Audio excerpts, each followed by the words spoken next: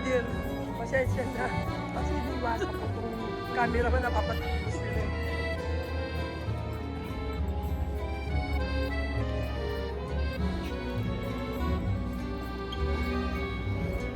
We are here together this afternoon to celebrate the commitment of love. A name, Francisco and Bernadette, believe that this is the leading of the Holy Spirit. So let us close our eyes and bow our heads. Let us pray. And it was formed. He had made all things by his own design and will. But when it came to a woman, there is a difference. Marriage is a union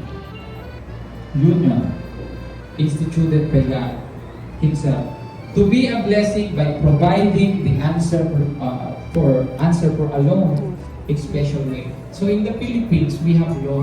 Thank Him, comfort Him, and honor Him in all the days of your life. I do!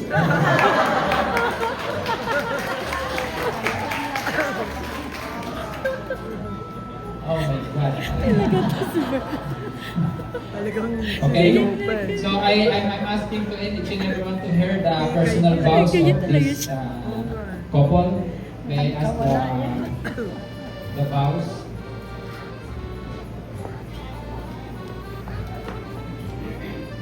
So, Francisco, you can read your vows to Bernadette. Do you have?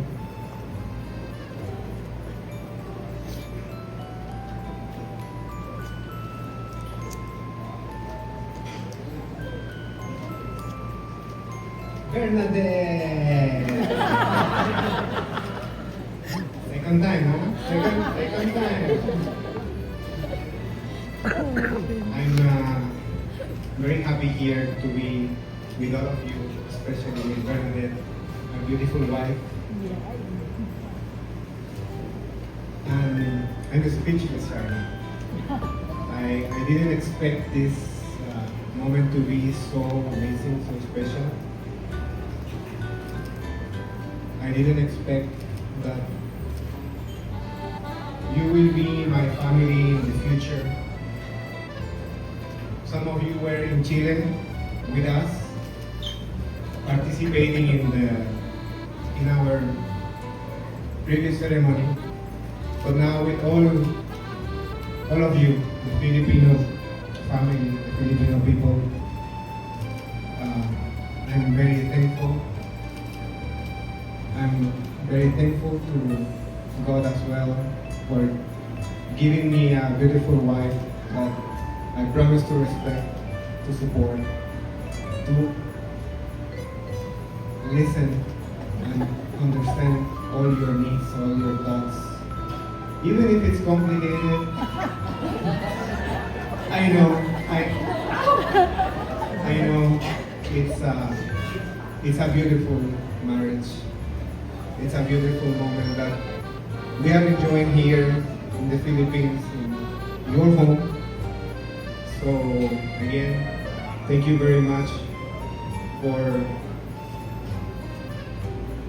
be present,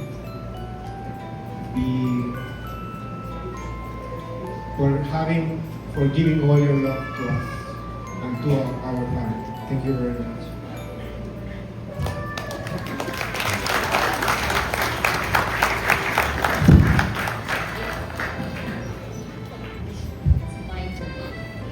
Okay.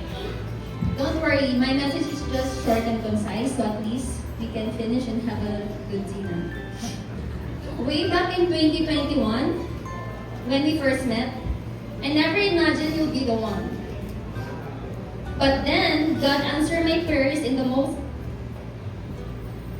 unexpected way.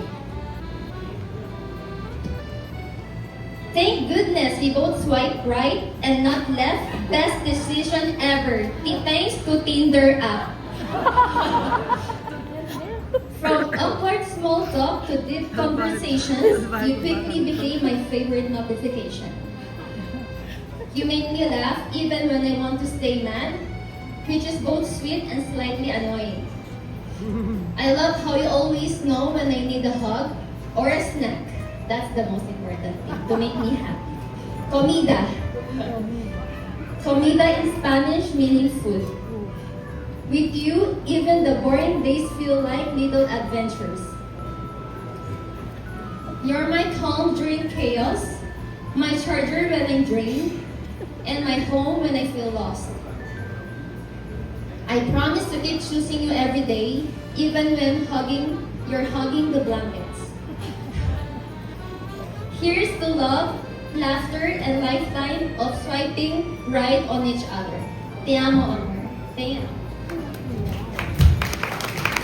Dr. Jassel B. Estrella, under the license of the Philippine Statistics Authority, with a code number 2024-2ARX3, easy.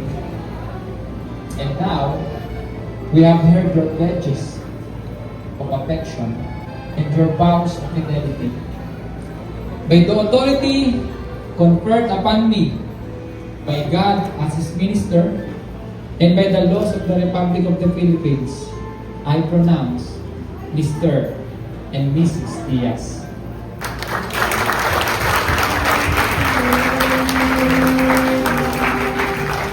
And from the second time of your marriage as husband and wife in the Philippines, you now is your bride.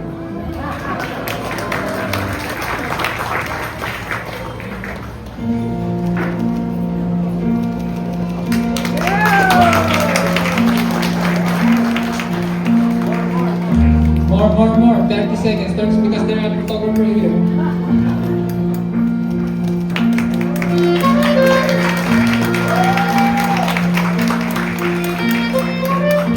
Congratulations, and to God be all the glory. A round of applause, please.